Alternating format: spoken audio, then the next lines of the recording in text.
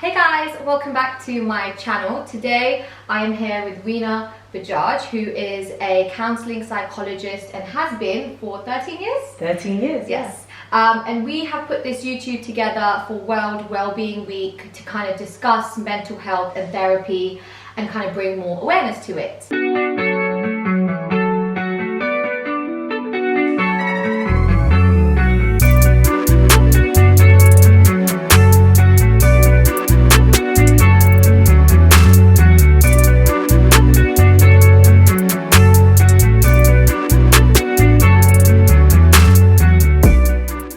So I have a few questions I'll be shooting your way for us to kind of dig as deep as we can into all of it. Let's go straight into it. So what is well-being? What is that normally classified as? So well-being you can think of as our holistic health. So it's a link between the way that we feel, the way that we think, what we do, and there's a link between our physical health and our mental health or emotional health.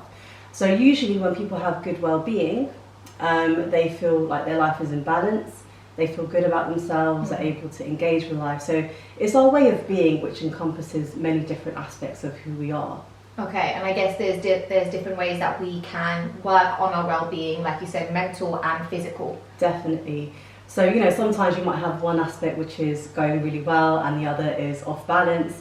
So it's kind of, think of it like scales. You're constantly trying to balance what's working for you, what's not working. So, you know, that your resilience, your internal good protective factors, or the good things in your life.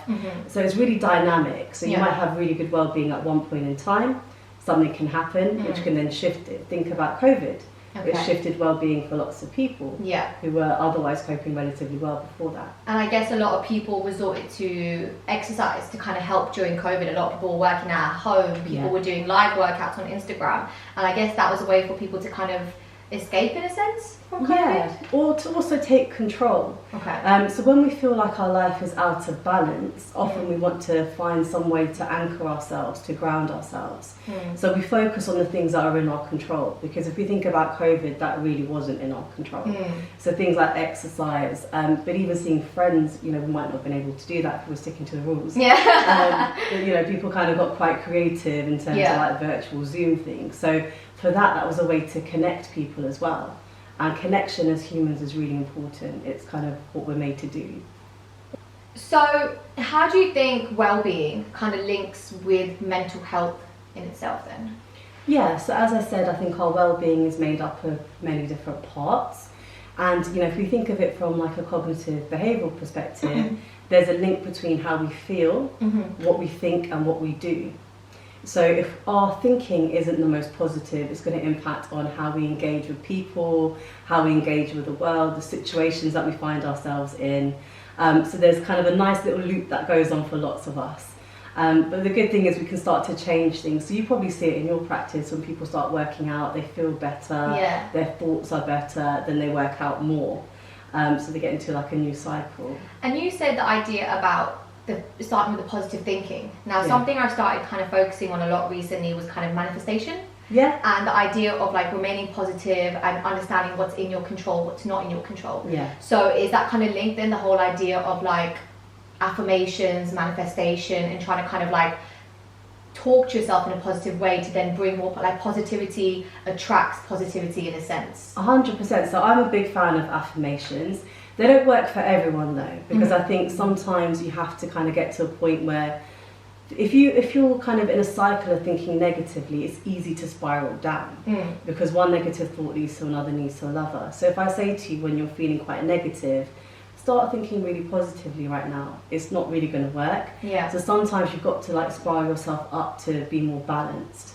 So my first step with people is to not go from negative to positive, but go from negative to neutral. So if you have a negative thought, what's the evidence for the thought?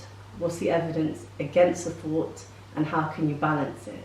And that might be your first step. And then I think affirmations and positive thinking is kind of something you create. The more you kind of neutralise your thoughts, then you can start to spiral up if that connects with you. It's not like an overnight fix then, basically. It's a work in progress. Because I know people always say, just stay positive, think positive, and I'm probably guilty of doing the same thing, because it's just a reflex in a sense. You just think, oh, you just need to be positive and things will get better. Yeah. But it's interesting that I never thought of it like that, of going from negative to then being neutral and then working your way up to positive.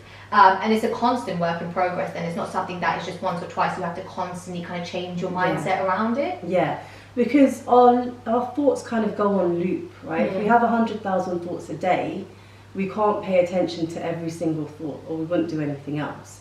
So what happens is your thoughts kind of become background noise, and sometimes the noise is more negative, sometimes it's more positive, so we call those automatic thoughts. So by paying attention to your thoughts, you're becoming more conscious of the song that's playing in your head. And then you can decide if you want to keep that, if you want to change it, or how you want to work with it to kind of flip things around for you. But yeah, I think I don't know if you've ever been in this situation, but you know, when you're feeling quite down and someone's saying to you, think positively, it's the most irritating thing. Yeah. Because at that point in time, you just can't. So it's about neutralizing first. So what about the link between the mind and body then? Yeah. So I think our body is really powerful. So even if we look at sort of survivors of trauma, their body will tell them before their mind will catch up.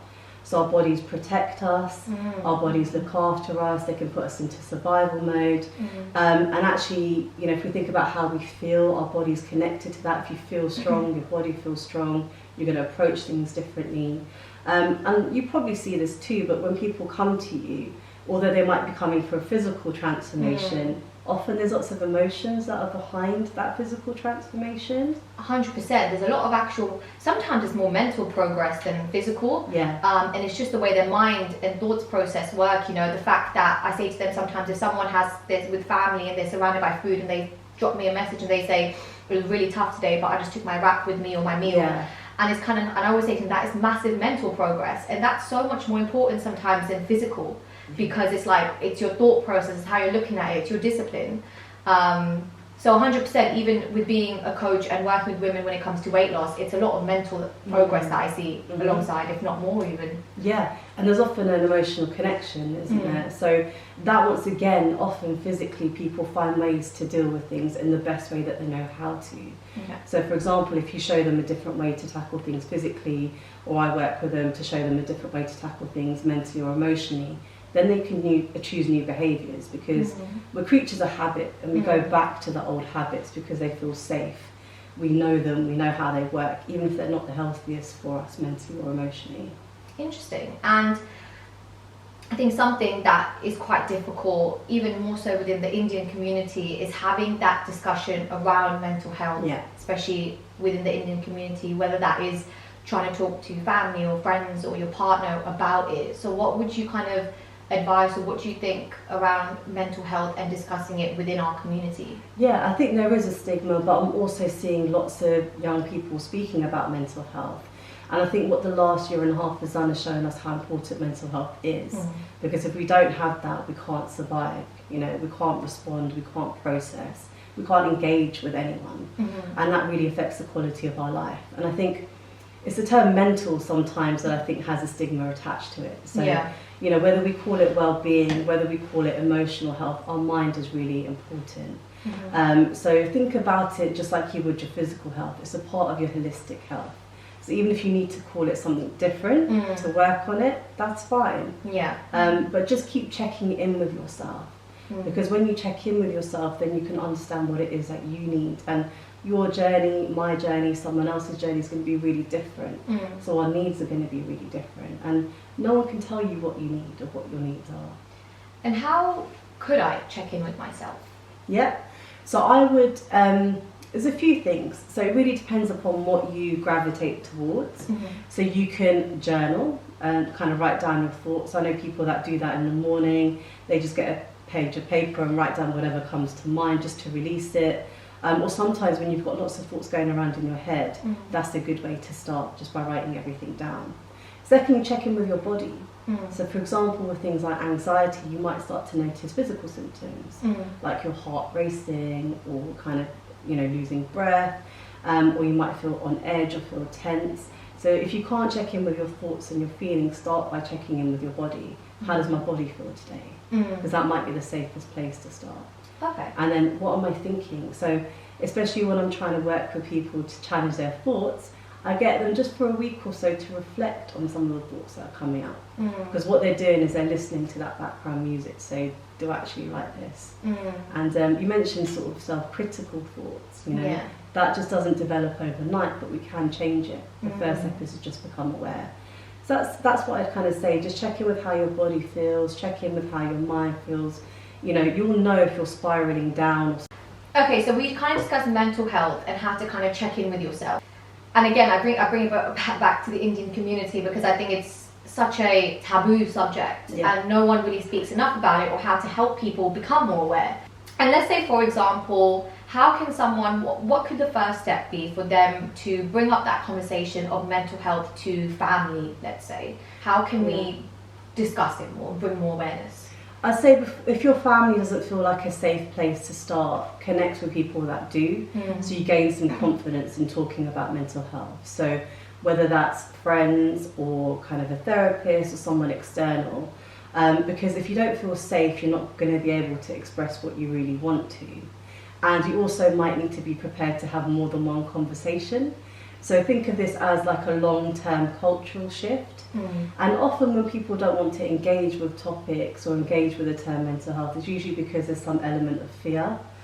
So even if you can kind of bring in the conversation with some education, so kind of normalising what anxiety is or low mood, the key things really are just remaining empathic, remaining curious, but you need to find a space to do that first so you can gain more confidence, unless your family has that dynamic where you're quite open and honest with each other. So it's a process. It's not a culture that's going to shift overnight. But it's also important to say that not every Asian family is not going to talk about this. But even if you think about our history, sometimes it's quite interesting when you think about trauma or you think about experiences that people have gone through. So there might be quite a lot of fear naming these things or feeling quite overwhelmed, and how do we then put that back in the box, you know? So start small and then just kind of slowly weave that into everyday conversation. Like, why do you think it's such a taboo in the Asian community, and how come the older generation have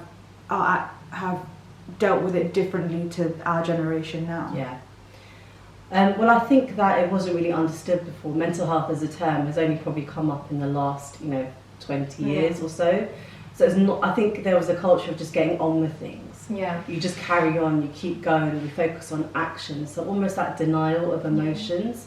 So I think probably kind of the elders didn't really know how to process it. There's lots more education now. They're starting younger in schools, they're talking about emotions, but most adults can't even name emotions. Think about how we interact. How are you doing? Yeah, I'm fine. How are you? Yeah, I'm okay. That's it. We're not really good at kind of tapping into our emotions. So it's kind of like a new skill that maybe they need to learn. And I suppose the younger generation can really pave the way towards doing that. And actually, even like the older generation, they're on social media as well. So even if you can kind of navigate accounts that they tap into, or they love a Facebook video or something, so just kind of forwarding stuff on in a way that's relevant in a way that they can engage with it. And not being afraid to kind of start the discussion. Someone has to do it. But as long as you feel confident enough to try. And maybe that's kind of, in a sense, our responsibility as a younger generation to ourselves, to our peers, to our friends, to our older generation, to kind of initiate that chat and research and learn more on our side so we can have those discussions. So maybe it's more responsibility on us than we were aware of. And also if you think about certain dialects like Punjabi, there's not direct translations for certain mental health needs. So if you think about depression, that doesn't exist. Anxiety, that doesn't exist. And what I tend to find with the kind of older generation is that they probably will go in to see a doctor for physical health related conditions, even if there's an emotional basis. So the way that they view kind of medicine, the way that they view support is more medical rather than emotional. So there is a shift there. Interesting. So what support options would you say are available for anyone who needs to take that step forward? So I think the sooner you intervene, the better. It's really important to say that you don't need to be in crisis to speak to somebody. If you feel like something is off, if you feel like your relationships are impacted, or you're just not feeling like yourself, either in terms of your moods or your habits, so if you're eating more, eating less, not sleeping properly, just start to have a chat early on, because the earlier you intervene, the better. So there's a few options. There's a GP who will be able to then direct you to the right services. If you're under 25, there's loads of good young people services, so you've got the mix. There's some crisis helpline numbers, so the Samaritans is available 24 hours a day. Also Shout, you can text and they'll text you back, so there's always kind of crisis support available. But then also think about therapy, and there's lots of different ways and lots of different options. And what I would advise people is to just have a chat with the person first. Because there's so many different kinds of therapists, there is going to be someone to suit everybody. Have a chat, see if you like them, see if you get on. So I always try and have like a 15-minute conversation with people first, just so we can kind of feel each other out and see if we could work well together. And so yeah, just be open to kind of maybe speaking to people, or even support groups. I know you've got a support group with your and it's funny because I always think the same thing. I always say that there's, you know, not one coach is for everyone, and just because, you know, I as a coach may work for someone doesn't mean I'm going to work for their friend. And I think it's about having that click with that coach and having that click with that therapist, where you can just are on the same page, understand each other and build a relationship. I feel like the clients that I build a relationship with the most, they progress the most. I can understand them better, not just them as a person, but their bodies, their minds, like, and I can, that way we can progress even more because of it. So it's actually quite interesting to hear.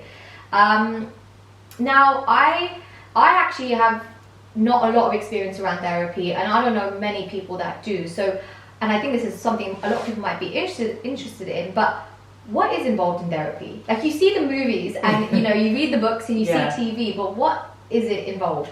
You don't go in and lay on a couch. And a therapist can't read your mind. Those are the two things I get asked the most. So it's basically like coaching, but different. So every therapist has their own style and they're trained in different ways. They might be trained in a range of approaches or one specific approach. So always ask them, what's the approach that you work with?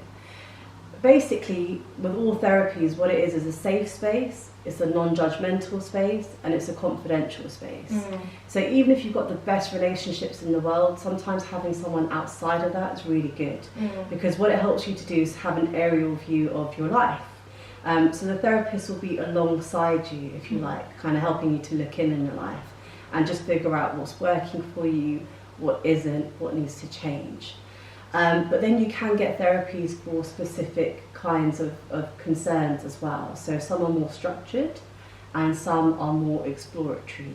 And that will depend upon what you want from the space as well. So see it as a process of negotiation as well.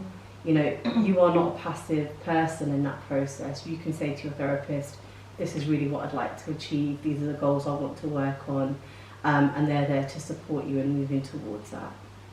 Interesting. It's been really interesting to hear this, and it's really opened my eyes a little bit to things I feel like I could take away from this. So I have got one final question for you that hopefully can help a lot of you guys watching.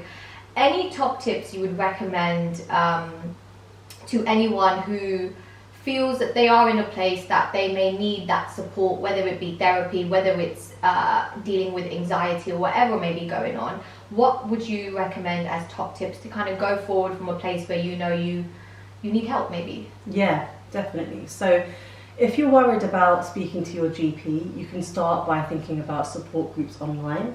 If you're also too scared to go into kind of a physical space. There's lots of things called guided self-help.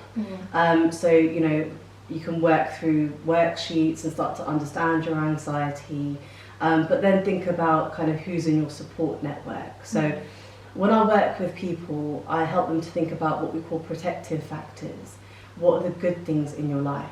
And those might be internal things or external things.